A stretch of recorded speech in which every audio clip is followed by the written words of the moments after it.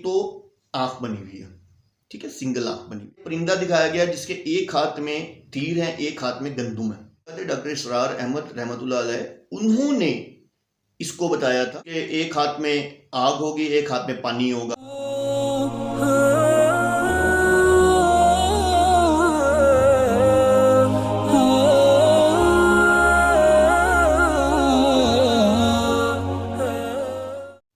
بسم اللہ الرحمن الرحیم، اعوذ باللہ من الشیطان الرجیم، امنت باللہ ورسولہ هو الاول والآخر والظاہر والباطن وهو علی کل شیء علیم۔ رب اشرح لی صدری ویسر لی امری واحلل عقدۃ من لسانی یفقہوا قولی۔ معزز ناظرین، بھائیوں بہنوں بزرگوں، السلام علیکم۔ سلسلہ سوال جواب کے حوالے سے ایک بھائی کا سوال آیا کہ دجال کون ہوگا۔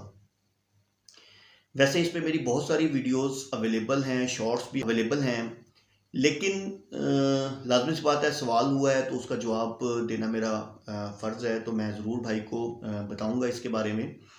تو بھائی دیکھیں، قرآن سے ہمیں کوئی، ہم یہ نہیں کہتے کہ قرآن میں کوئی واضح، جس طرح یاجوج ماجوج کا ذکر ہے اسی طرح دجال کا بھی ذکر ہے، ڈائریکٹ دجال کا ذکر نہیں ہے پورے قرآن میں۔ ہاں، سورہ کہف جس کے بارے میں کہا گیا ہے کہ سورہ کہف کو اللہ کے رسول صلی اللہ علیہ وسلم نے فرمایا کہ سورہ کہف کو ہر جمعے کی نماز کے بعد پڑھو، ٹھیک ہے، اور جو انسان پڑھتا ہے وہ دجال کے فتنے سے محفوظ رہتا ہے۔ اب آپ یہ دیکھیں کہ سورہ کہف اگر آپ اس کا ترجمہ پڑھیں تو اس میں کوئی واضح چیز تو نظر نہیں آتی، لیکن اگر ہم پہلی 3 آیتیں پڑھتے ہیں، ایک اللہ کی طرف سے عذاب کا ذکر آ رہا ہے جو کہ اللہ تعالیٰ فرماتے ہیں من لدنہ، خاص ہوگا بھی اللہ کی طرف سے۔ اب سوچنا یہ ہے کہ جو عذاب اللہ کی طرف سے آنا ہے، آپ کہہ لیں کہ وہ کافروں کے لیے یا منکروں کے لیے ایک عذاب ہوگا اور ایک ایمان والوں کے لیے آزمائش ہوگی، تو وہ عذاب، وہ جو آزمائش ہے وہ آنی بھی خاص اللہ کی طرف سے، ایمان والوں کی آخری آزمائش۔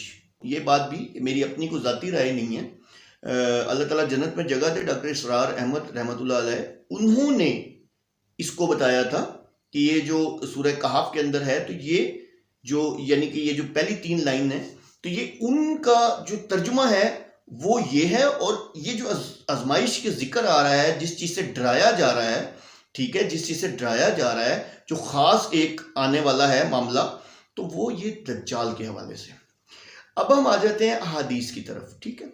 احادیث میں ہمیں اس کا واضح ذکر ملتا ہے، اللہ کے رسول صلی اللہ علیہ وسلم کی احادیث سے ہمیں دجال کے بارے میں واضح ذکر ملتا ہے، بہت ساری احادیث ہیں، ٹھیک ہے، اور کچھ احادیث میں اللہ کے رسول صلی اللہ علیہ وسلم نے اس کا حلیہ بتایا کہ دجال کیسا ہوگا، دجال جو ہوگا دائیں آنکھ سے کانا ہوگا، 1-2 حدیث ہیں جس میں بائیں کا ذکر ہے، اور اس کے ماتھے پہ باقاعدہ طور پہ لکھا ہوگا کافارہ، جو ہر ایمان والا پڑھ لے گا، جو ایمان والا ہوگا نا وہ صاف صاف پڑھ لے گا کافارہ، ٹھیک ہے۔ اب دوسرا کہ مطلب اس کے اس طرح ہی اس کے ایک ہاتھ میں آگ ہوگی، ایک ہاتھ میں پانی ہوگا، ٹھیک ہے۔ اگر ہم اس کو اس طریقے سے دیکھ لیں، اللہ کے رسول صلی اللہ علیہ وسلم نے جو ہمیں بتایا اس طریقے سے دیکھ لیں، تو ہم اگر کبھی آپ ڈالر کو دیکھیں، ڈالر کے نوٹ کو، تو ڈالر کے نوٹ میں ایک تو آنکھ بنی ہوئی ہے، ٹھیک ہے، سنگل آنکھ بنی ہوئی ہے، یہ اور جو پیرامڈ بنا ہوا ہے، پیرامڈ کے ساتھ ایک سنگل آنکھ بنی ہوئی ہے، سنگل آنکھ جو کیا ہے وہ دجال کو ظاہر کر رہی ہے۔ اس کے بعد ایک پرندہ دکھایا گیا جس کے ایک ہاتھ میں تیر ہے، ایک ہاتھ میں گندم ہے۔ تو یہ میں آپ کو ایک مثال دے رہا ہوں، بتاؤ، تو اللہ کے رسول صلی اللہ علیہ وسلم نے ہمیں دجال کا حلیہ بتایا۔ اس کے بعد کہ اب دجال کی پاورز کی بات آ جاتی ہیں، دجال کی پاورز کے حوالے سے بھی یہ ہمارا ٹاپک نہیں ہے، دجال کون ہوگا، ہم پہلے اس کو ڈسکس کر رہے ہیں، ٹھیک ہے۔ تو اس کی پاورز جو ہے وہ بھی آپ نے ملٹیپل ویڈیوز بھی دیکھی ہوں گی، آپ نے خود بھی سنا ہوگا کہ وہ 40 دن کے اندر پوری دنیا گھوم لے گا، اور ایک گدھے جیسی اس کی سواری ہوگی، جو کہ جیسے آپ دیکھ لیں، آپ جہاز ہے آپ کے پاس اتنا بڑا، یعنی کہ آپ دیکھیں گے پوری دنیا کا آپ سفر کر لیتے ہیں، تو اس کی طاقتیں ہوگی، اس کے کہنے کے اوپر بارش برسے گی، اس کے کہنے کے اوپر گندم اگائے گی، ٹھیک ہے، مردوں کو زندہ کرے گا، تو یہ اس کی طاقتیں ہیں۔ یہ کس نے دی ہوں گی؟ اس کو اللہ نے دی ہوں گی۔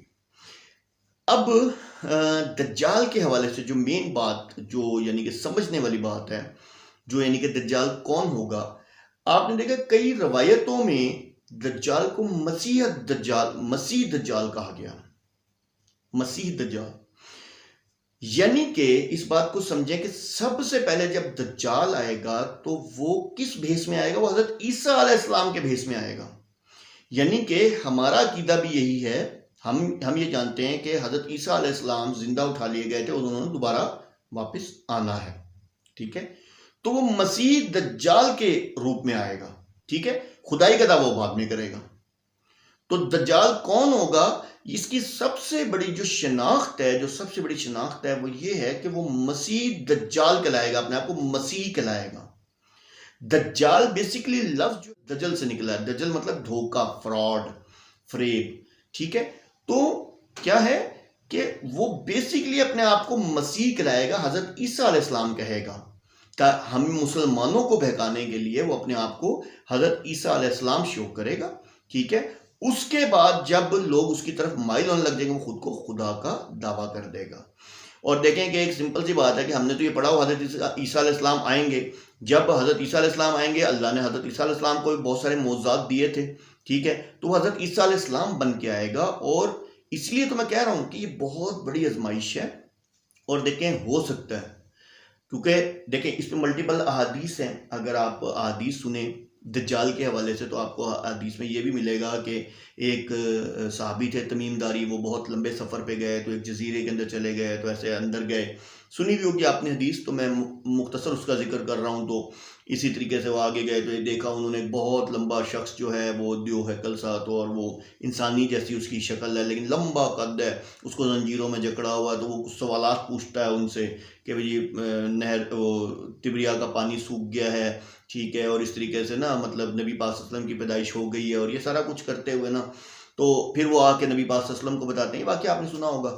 تو بتانے کا صرف مقصد یہ ہے کہ احادیث میں ہمیں دجال کے بارے میں انفارمیشن ملتی ہے. ٹھیک ہے، اور ہم اس کو اس طریقے سے ہم مکمل طور پہ سمجھ سکتے ہیں کہ اس کو مسیح دجال کہا گیا.